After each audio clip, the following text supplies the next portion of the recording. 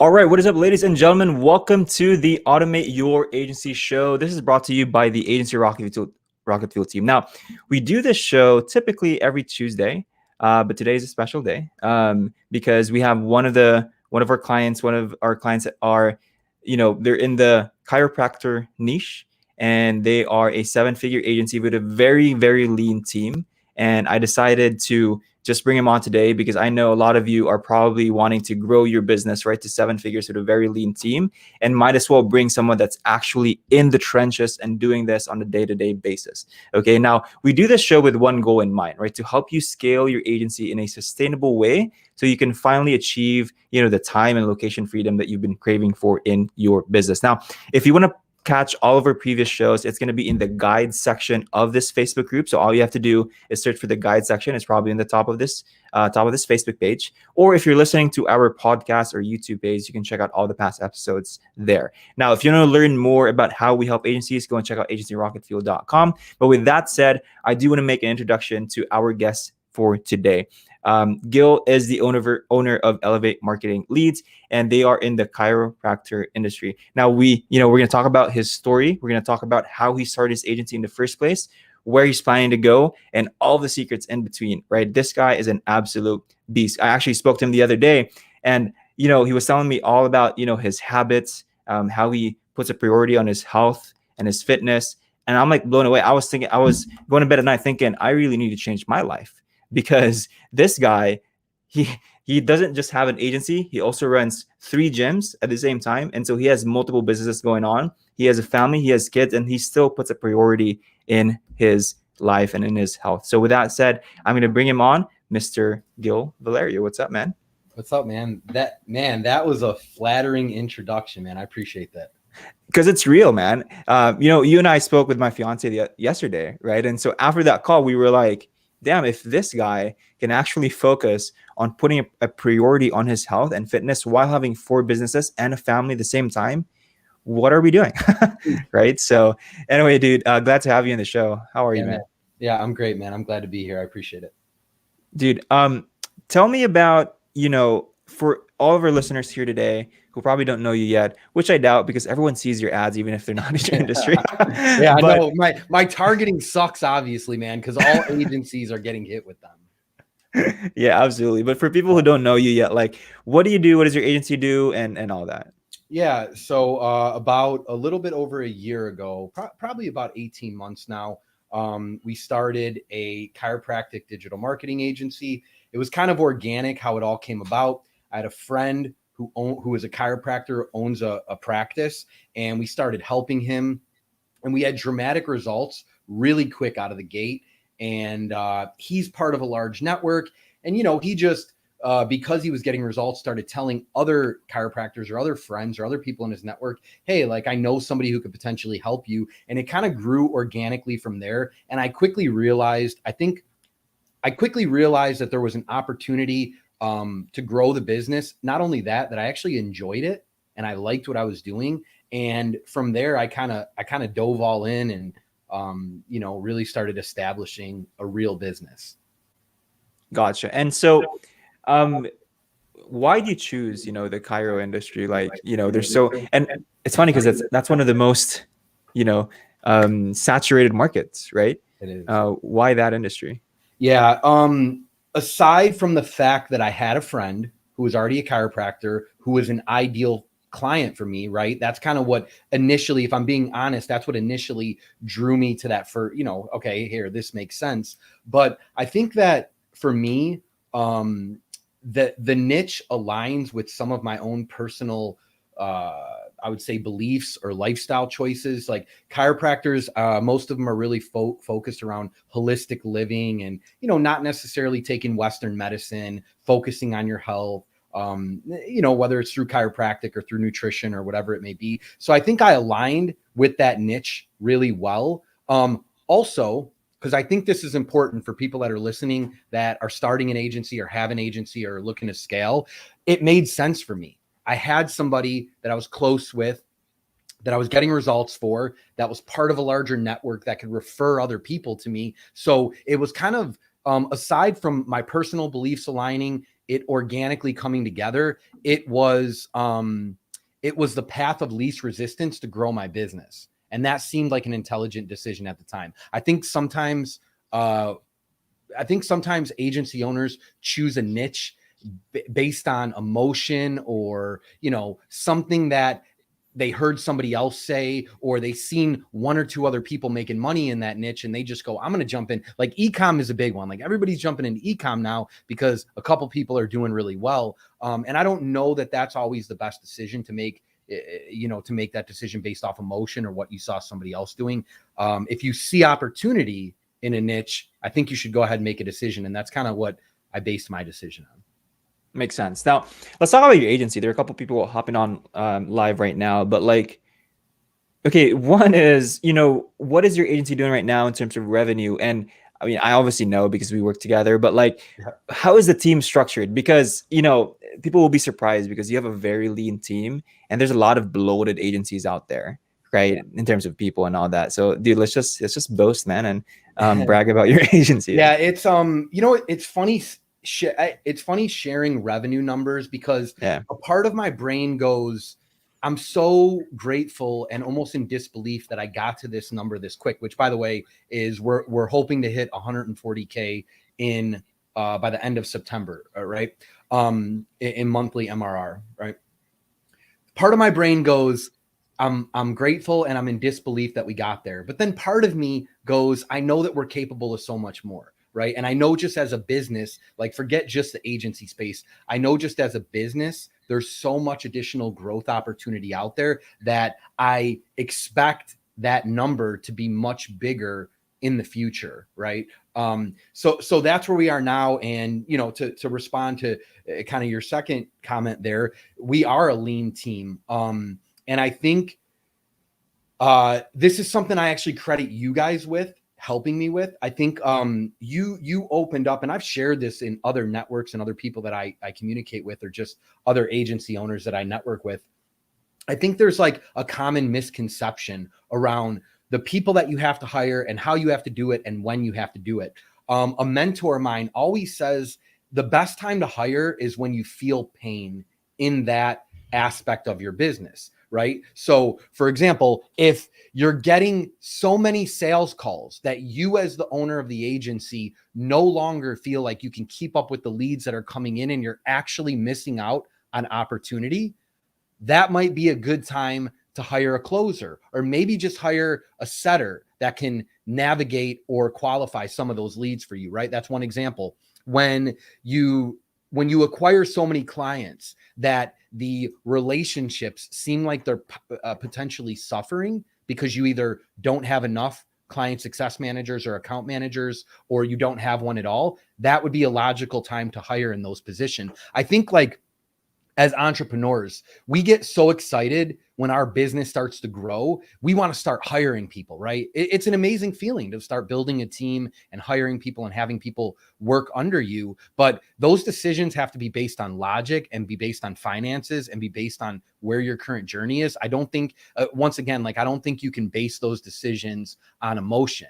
If I hire somebody because I think it's exciting to hire a COO or an operations manager because now I get more off my plate, it might not actually make sense in my agency at that moment. There might still be time or energy that me or somebody else can put in.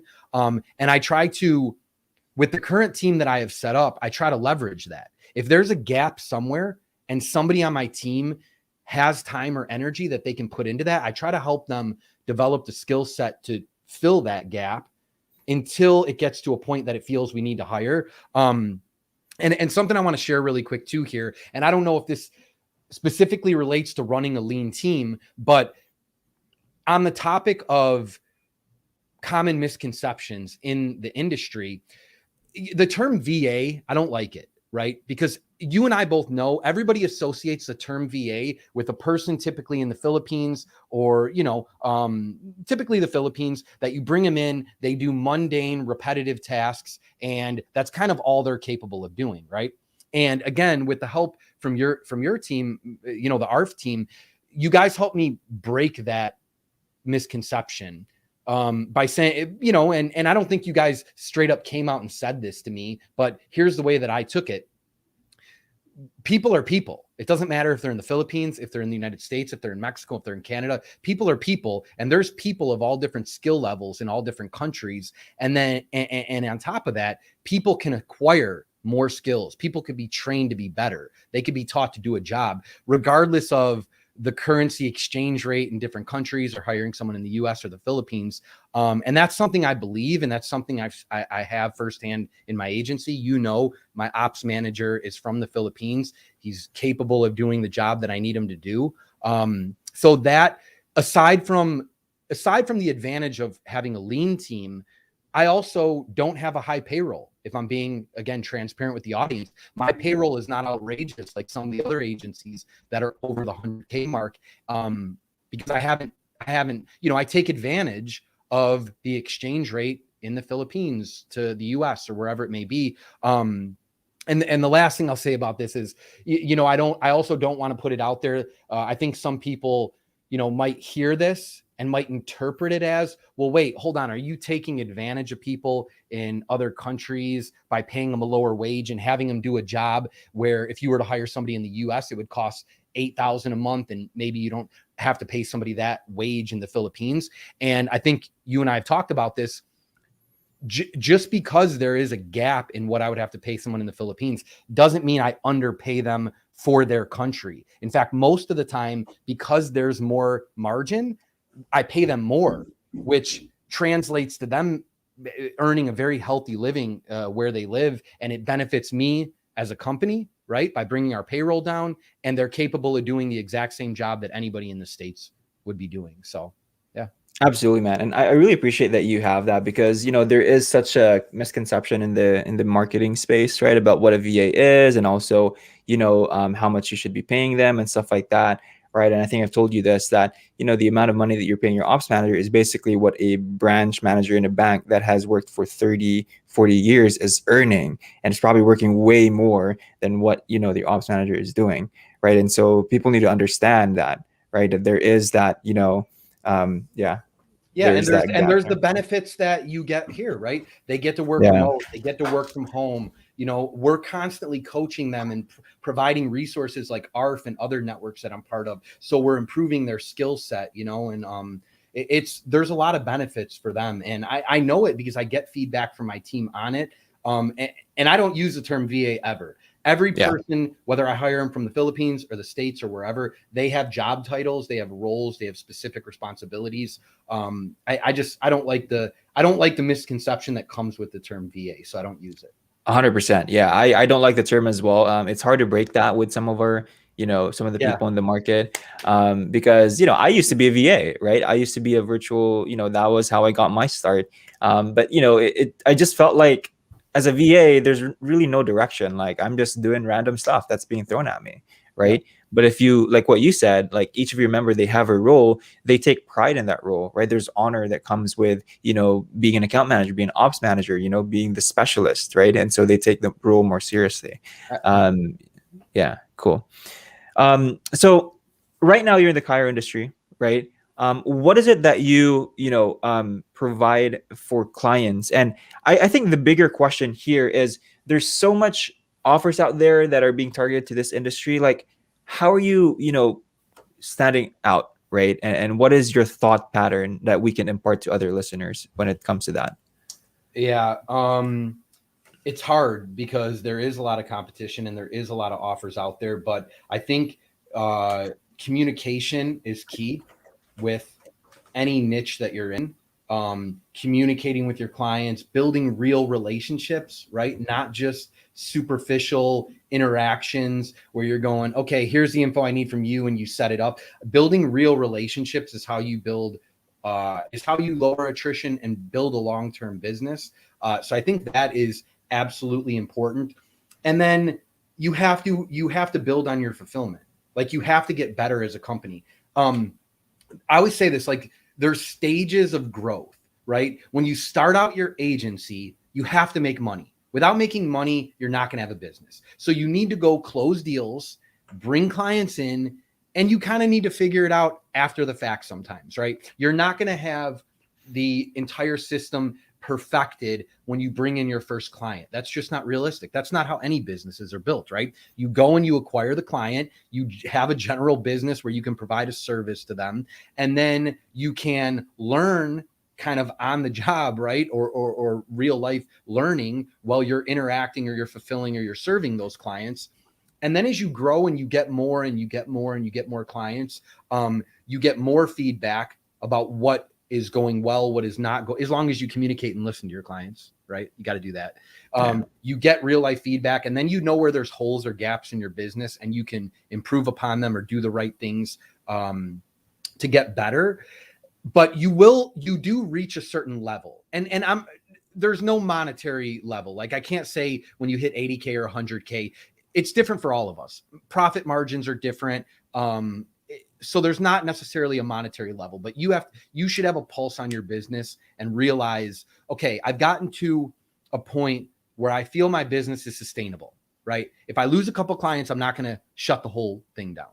And when you get to that level and you have some additional cash flow, I think it's your responsibility as a business owner, both to your business and to your clients, to then look at what you need to do to reinvest into your business to improve the fulfillment and improve the value of your product, right? Like a real life example, if there's anybody that listens to this and they're like, okay, well, what do you mean, right? I think real life examples are just like adding a call center to improve your fulfillment, hiring better people or bringing better training into your organization so that you increase the level of the people that are working for you so that they can then serve your clients better, right?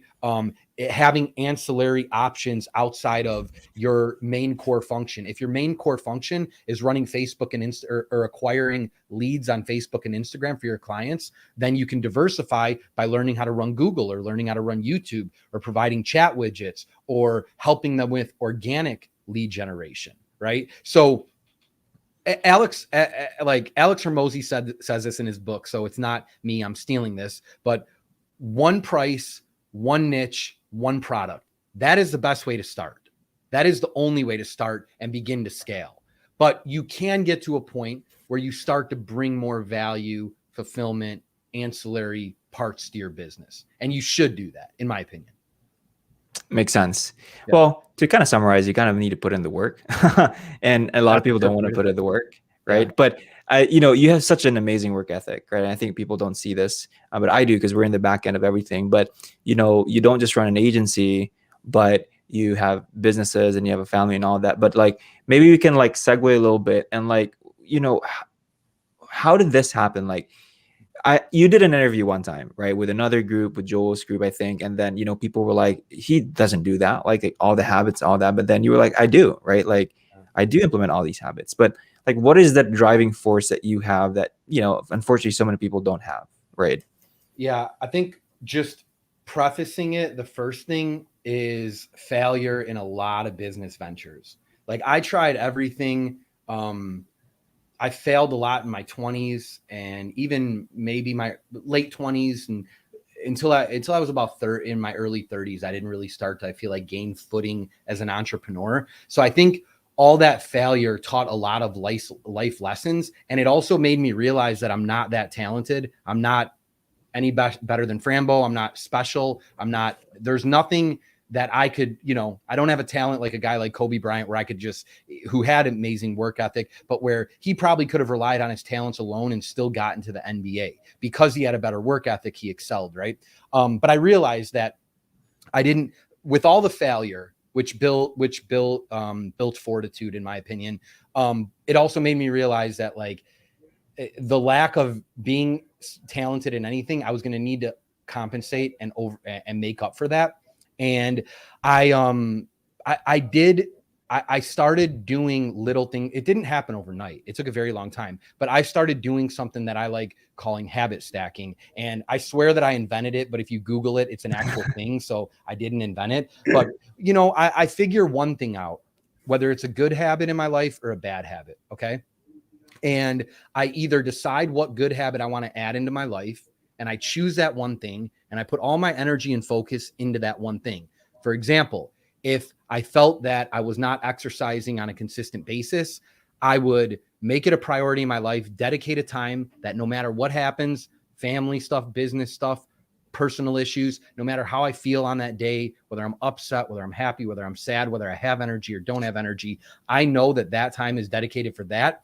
And the most important part of it is just to show up.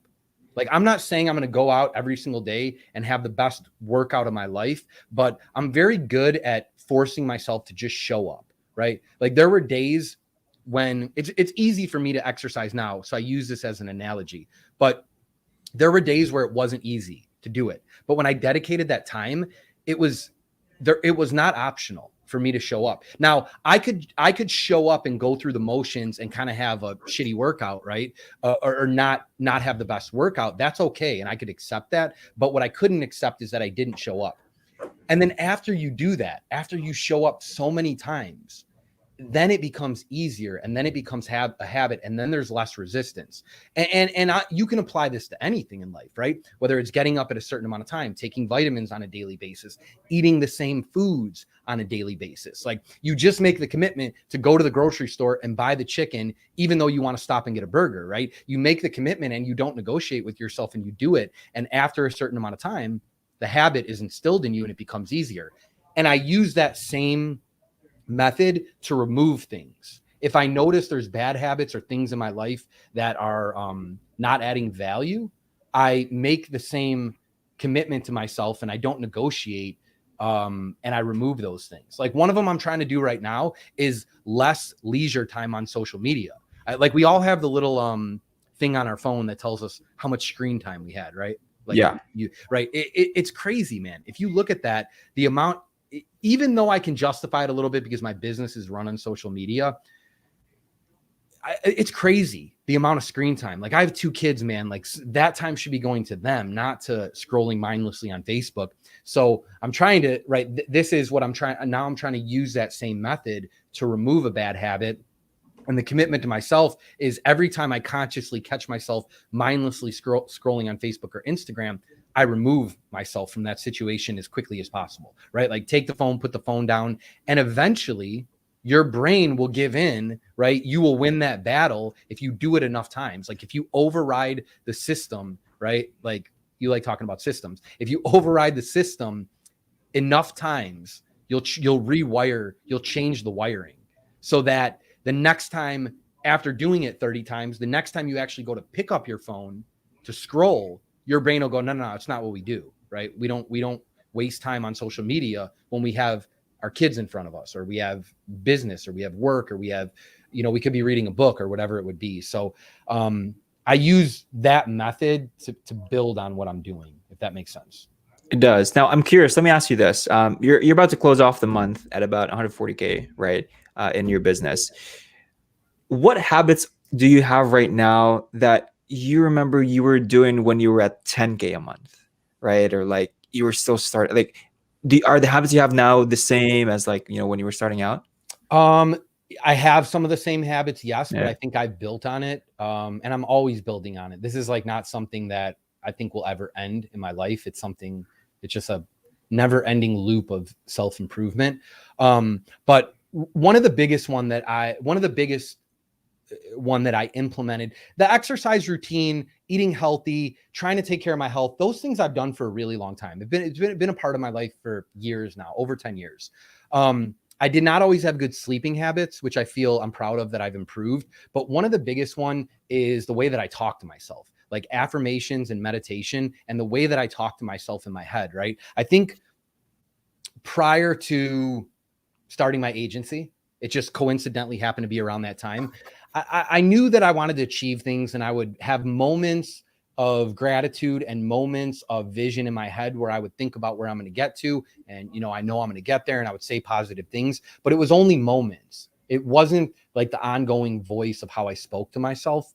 And I think around the same time I started my agency, I consciously made a habit to speak positively to myself and speak things into existence and meditate and reaffirm the things that I wanted to accomplish in life, right? Those, that was something that wasn't with me, that is now with me and is a regular habit.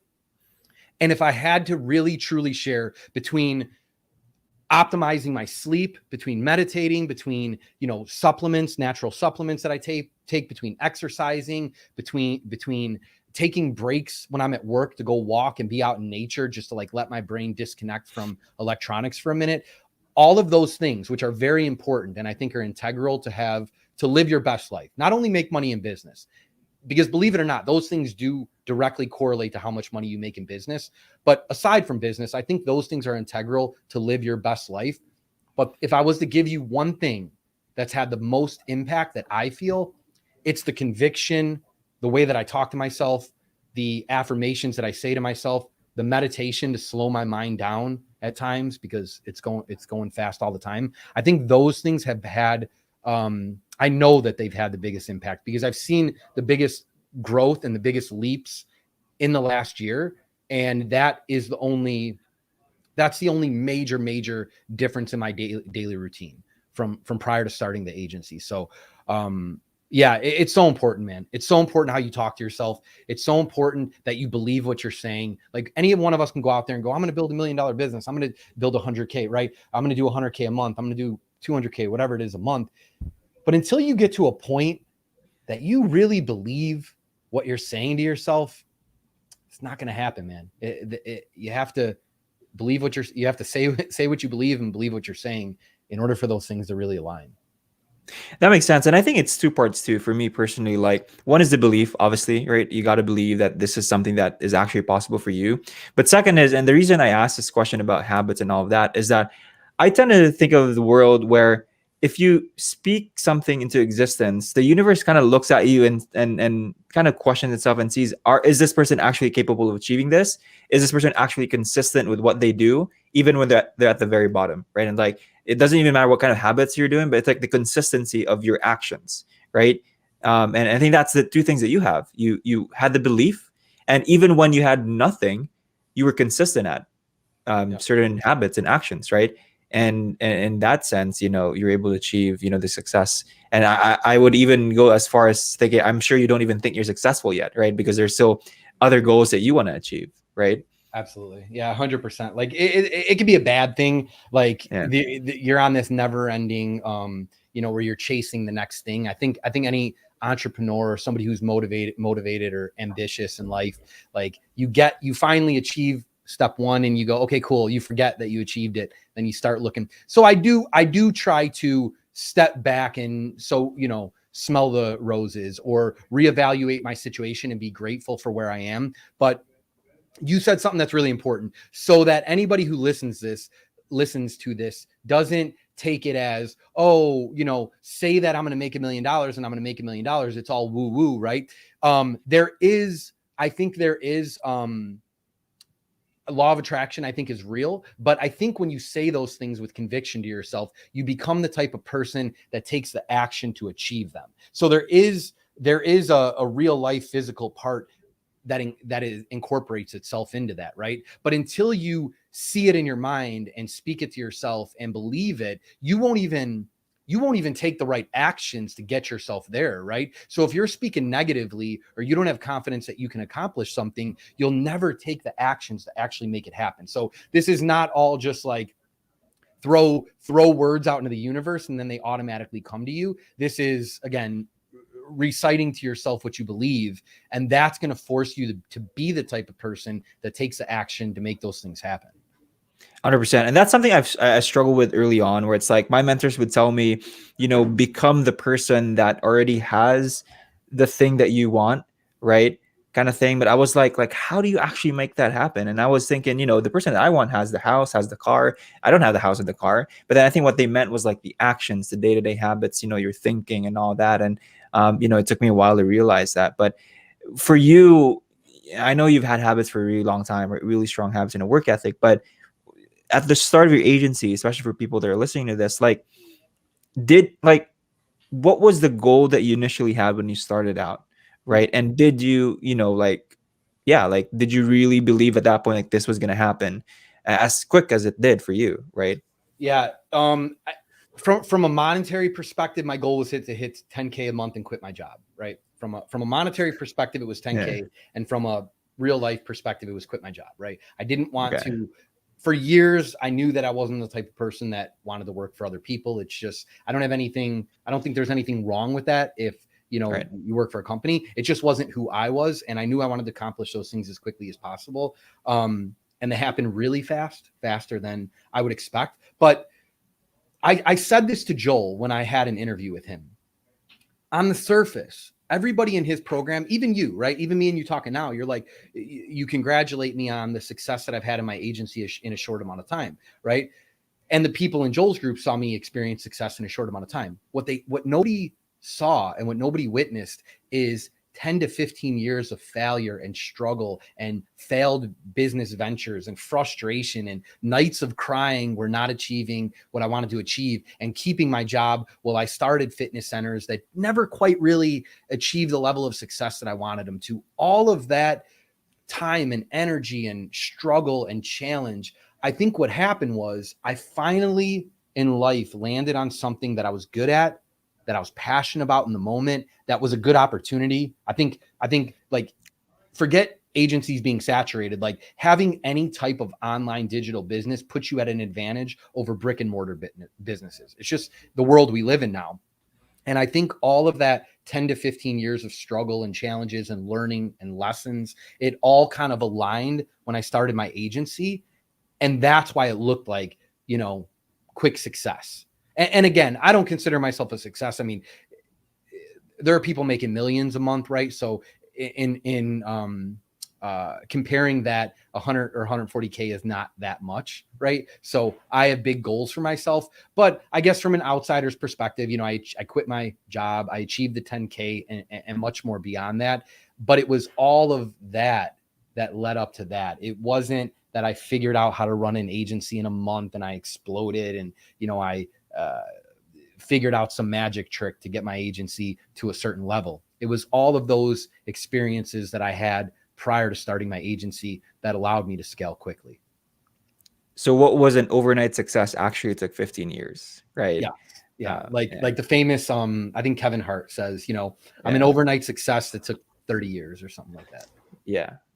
That's awesome. And yeah, that's true. People don't see that, right? And it's hard because like it's easy to make comparison, especially in social media, right? With all the posts going on of like, oh, look at what I did in 90 days. But then, it's like we get so locked in that vantage point, but then we don't see the bigger picture, right? Of like all the struggles and all that.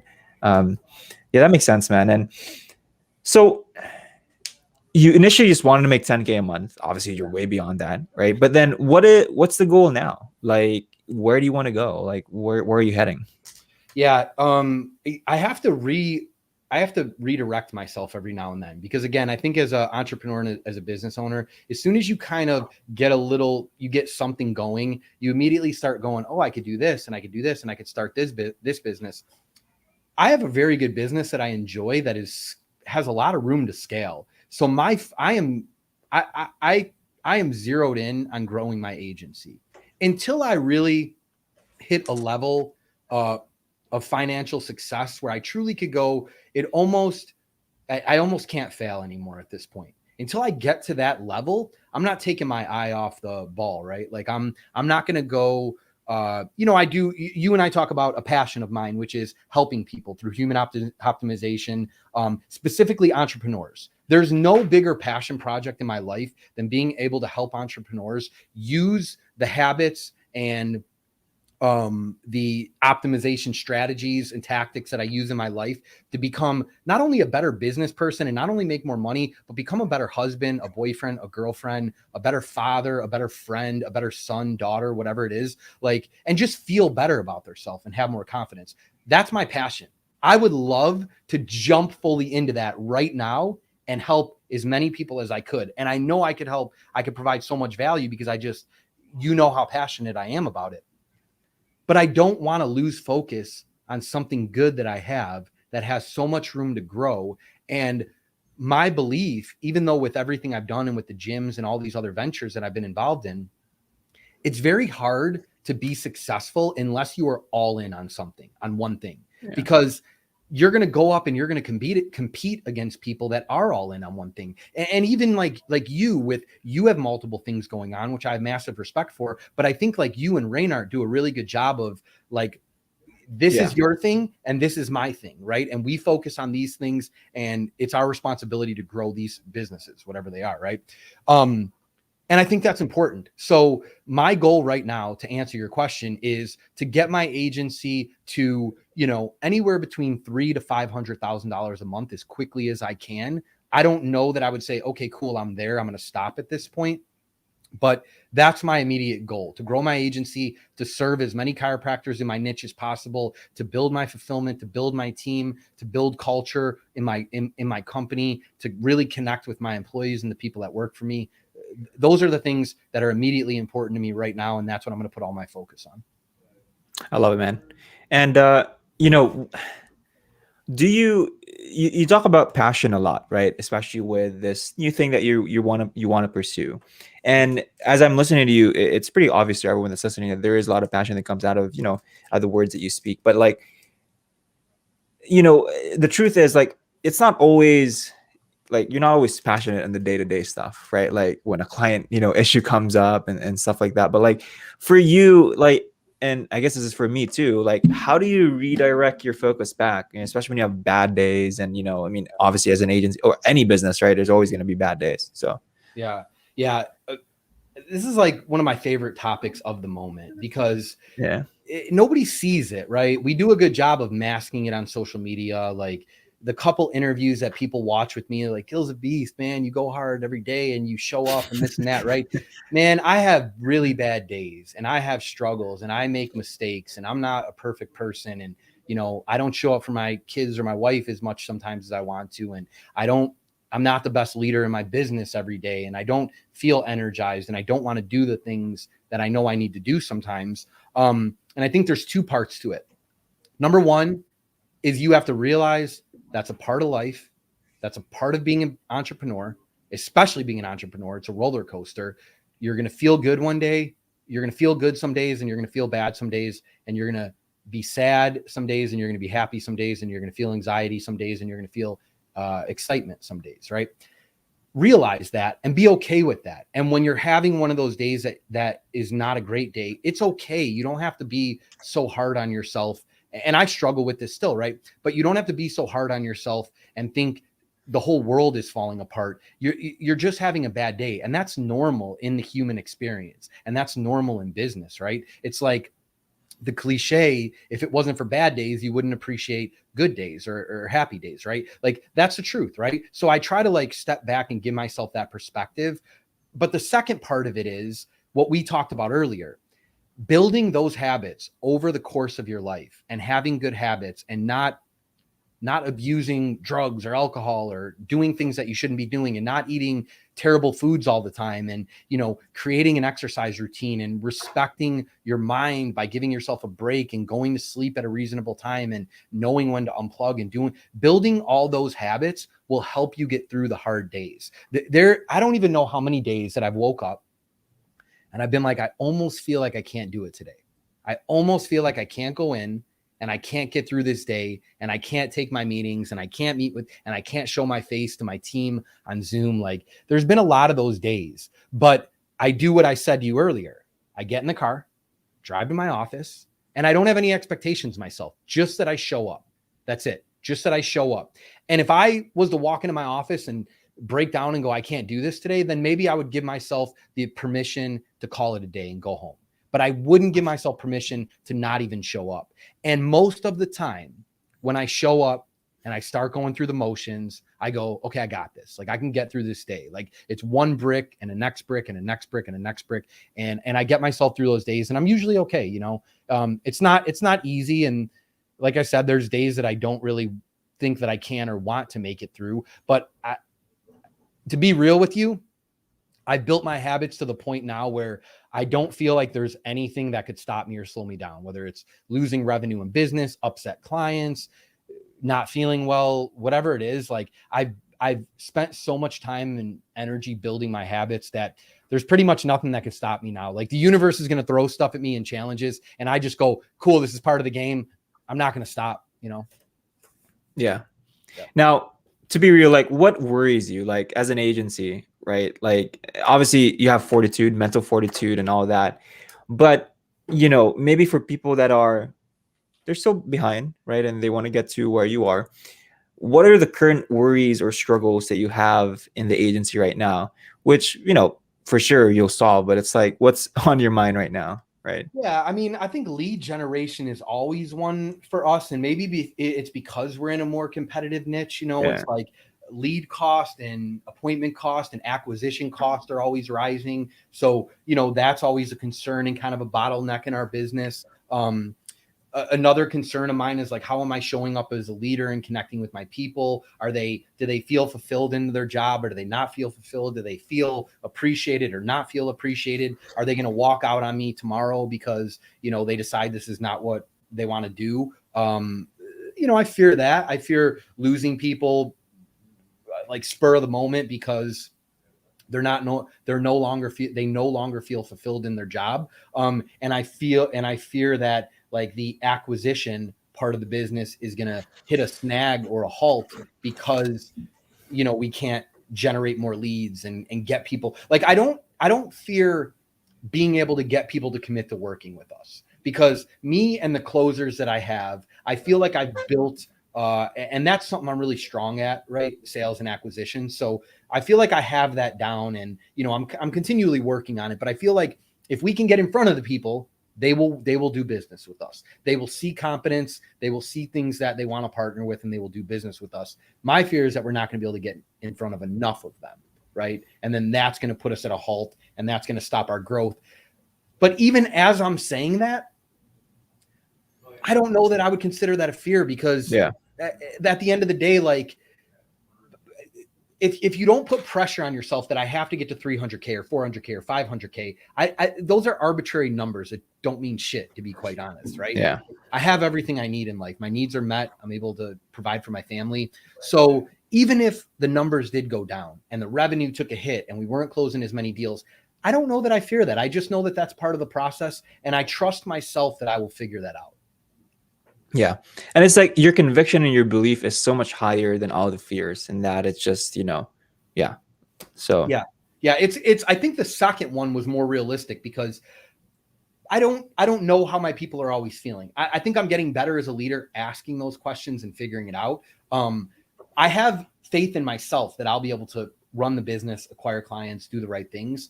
But, I don't know how people are always feeling. And I don't know that that's my strongest attribute as a person or a leader, like having real intimate conversations with people and understanding their needs and goals and desires. So sometimes I get concerned that they're not fulfilled. Yeah. what are you doing right now to improve on that, like to work on that? Oh man, I'm taking advice from people that are much better than me at it. And that's what I do with everything. Like, if there's a skill that I want to acquire, or something that I am smart enough to notice as a gap in my life, I find people that are better at it. She'll probably never hear this, but there's this person inside Joel's group her name's Jasmine. I think I can give her a shout out. It's whatever. And man, I thought like me and her were I'm like, man, me and her are tight, right? Like, we have good conversations, and I compliment, and she's just a really good person, right? And I thought that was something unique. Like, our friendship was kind of unique because of the way we communicated and how we look out for each other, until I found out that she has this type of connection with everybody. Like, everybody has these good things to say about her, right? Multiple people. I've literally heard like 6 other people be like, oh, she's my best friend. Like, she's like my best friend, right? And it's like, hold up, like, she can't, I was the best friend. yeah, like, and I might not say that, but right. My example is that she's really good at it. She's good at networking. She's good at connecting. She's good at having deeper conversations with people. So whether she knows it or not, I study that and I pay attention to the things that she's doing. I was thinking about this earlier this morning, like how I can learn from her, right? And she's younger than me, and she hasn't maybe had some of the experiences I had in life, but that's what she's good at, and I try to pick up on that and learn, right? It's honestly the same reason that I partnered with you and Reynard, because I realized you guys are really good at what you do, man. You guys are really good at operations, and you're really good at building systems and automations. And why would I let my ego get in the way to say, they're not better than me, I can go figure this out on my own, I can go read about this, right? Rather than saying, I would rather partner with these guys and understand that this is something that they are better and stronger at. It's okay. I have things that I'm probably better and stronger at than other people, but why would I not leverage that and learn from other people? Like, that's just how, in any sense, that's how we get better in life. So that's what I'm doing for that specifically. And that's what I've done in other areas of my life in the past. Do you think that's a very like a necessary element for success, being able to look at all of the gaps in your life and finding, people or resources to fill in that gap?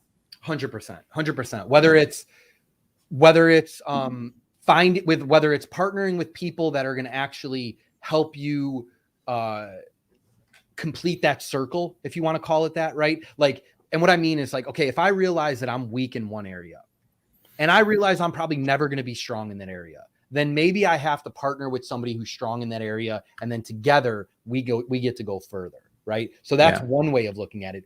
Or you just have to find people that are, and resources and books and podcasts or whatever, where you can pick up those skills and get better and teach yourself how to get better. So you either need to count on people to get better and fill in those gaps, or you either need to seek out resources to fill them in yourself as a person.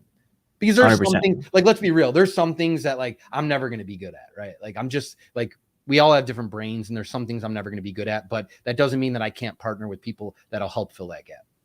Yeah, absolutely. And, like, it's a two-way street too, right? Like, me and Reynard, we learn from you. And especially when it comes to, your work ethic and your habits, stuff like that. There's been countless conversations when we're like, dude, are you like, Gill did this and that, right? And like, when it comes to habits and all that. And, I always make a point of like, well, he has all these different things going on in his life. Like, what's stopping us from working out? What's stopping us from, eating healthy and all that, right? And so that's an area that we're not very good at, but we're getting better at it. And that's from us learning from you, right? And so, yeah, I think as long as humans and people are smart enough to realize those things and set some expectations for themselves, you're going to continue to get better. Like just the fact that you acknowledge that, talk about it, like, you're going to, even if there's small steps, you're going to take steps to get better in that area of your life. If it's your health or something like that, like, you're going to do things to improve that, just because you acknowledge it and you don't let your ego get in the way, and you realize that. Yeah. Awesome, man. Dude, one last question, but like, if someone is listening to this interview, maybe they're starting out, right? I know you said a lot of things in terms of like what they have to do and all that, but maybe two things, right? If you're starting out, what should you be focusing on, right, at the very start, right? And second is, if they can just start on one habit, because you mentioned about habit stacking, and I assume that's like another habit on top of another habit. But what's the very first thing that a person should be, looking into, right? If that makes sense. Yeah. So I'll answer this. I'm going to answer your second question first. Okay, cool. And it kind of has two answers, because the first answer is, if you have any glaring bad habits in your life, if you're an alcoholic, like, or if you drink way too much, if you abuse drugs, if you treat your friends and family around you horribly all the time, or you have any glaring bad habits that if you were to share it with people, they'd be like, oh shit, that's a problem, right? That's number one. You have to get rid of those things. You have to figure that out. You have to get control of that, right? And I speak from experience, man. I come from a family of alcoholics, and at some point in my life, I realized if I didn't want to follow that same path, I needed to control this, and it couldn't control me, whether it was completely removing it. So my first response, and for you, your brain might go, wait, there's business entrepreneurs that have those type of issues. And the answer is yes, there are, right? There's a lot of people. So if you don't have those things in order, that's number one. You have to figure it before you can start working out and meditating and sleeping and eating healthy. You have to first have that under control. If you have that under control, the next thing that I would say is, this can go, I'm going to give the answer in as it relates to just being a better person all around, because some people have very specific goals to make money, and my answer might be a little bit different if they say, hey, my goal is to make as much money as possible. But I truly believe that humans have to exercise.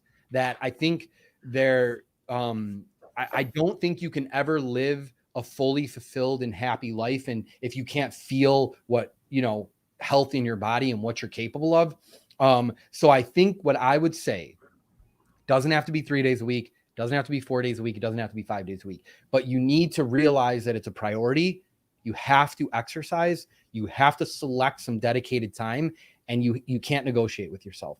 There's no negotiation. There's not, I feel bad, I feel a little under the weather, I didn't sleep well, I'm stressed out from business. There's no negotiation. When you write that time on your calendar every week, the same way that you show up for your sales appointments, or you show up for a business appointment, or you won't miss a kid's birthday or a parent's birthday or whatever, you have to have that same commitment to taking care of your health. And that would be my first step forward. Like the ancillary benefits of exercise, I can't even explain to you, right? It's intangible. Like over the years, the gain and the just person that it's kind of transformed me into. So that would be my first step. If you have a bad habit, get it under control. If you don't have a bad habit, then start taking many steps to working out. And the reason I think it's so important is because there also will be a residual effect in other areas of your life. If you start getting a workout routine down, you're going to start looking at eating healthier foods, and your sleep is going to improve a little bit. And then you might be curious about supplements. And then you're going to have conversations with other people that are focused on health, and they're going to give you advice, and you're going to incorporate that in your life. So it has this compounding effect over time. So that would be my advice. Start there, commit the time. Don't make it too big of a commitment or you're going to fail. If you need to make it 1 or 2 days a week, start there and show up. Like, respect yourself enough to show up. You don't have to go in there and kill it. You don't have to throw a bunch of weight around. You don't have to run 20 miles, but make the commitment and show up. I love it, man. Just showing up. What was the first question again? Oh, an agency starting out, Yes. Yeah. Again, this is kind of a two-part, but set appointments and close appointments. You don't have a business. You don't have a business if you don't have clients. So nobody cares about your logo. Nobody cares about your website. Nobody cares about the 80 million hours you spend optimizing Go High Level or ClickFunnels or any of that. Nobody cares about it. Literally, nobody cares about it. Do you know how many clients have showed up to a call with me and said, "Hey, your website sucks. I'm not going to work with you"? None. Zero. Right? Yeah. It took me an hour to put my website together. That's just the truth. You can get to a point where you can improve those things, right? But in the beginning, you have to get clients.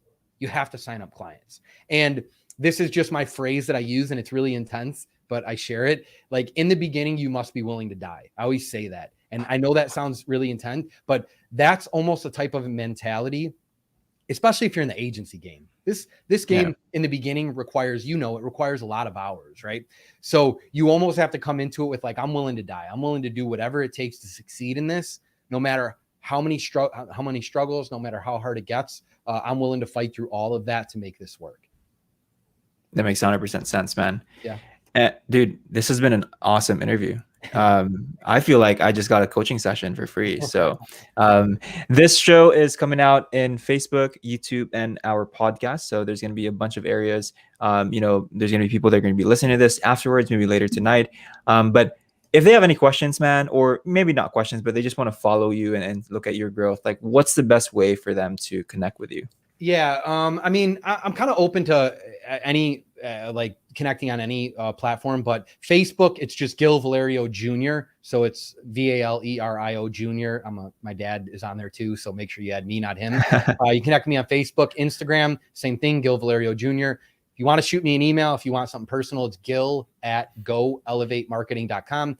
And so it's gill@goelevatemarketing.com. And then the last thing I'll say is I did start a group for entrepreneurs looking to optimize their health routine, their lifestyle, their energy, just improve their overall life. It's a free group.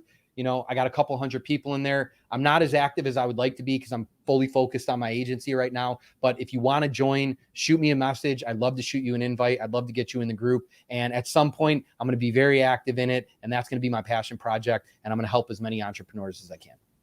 I love it, man. And is there, I know you're focused on the agency right now, but is there a way for people to actually work with you that's not a chiro, like to get mentorship, or is that closed off right now? No, so what I took on, I opened it up to 3 people. I'm Okay. coaching, I'm doing private coaching with 3 people. I haven't opened it back up to anybody yet, but I have had some inquiries. So again, if somebody out there feels like they need help in that aspect, I would reach out to me. We'll have a conversation and we'll see where it goes.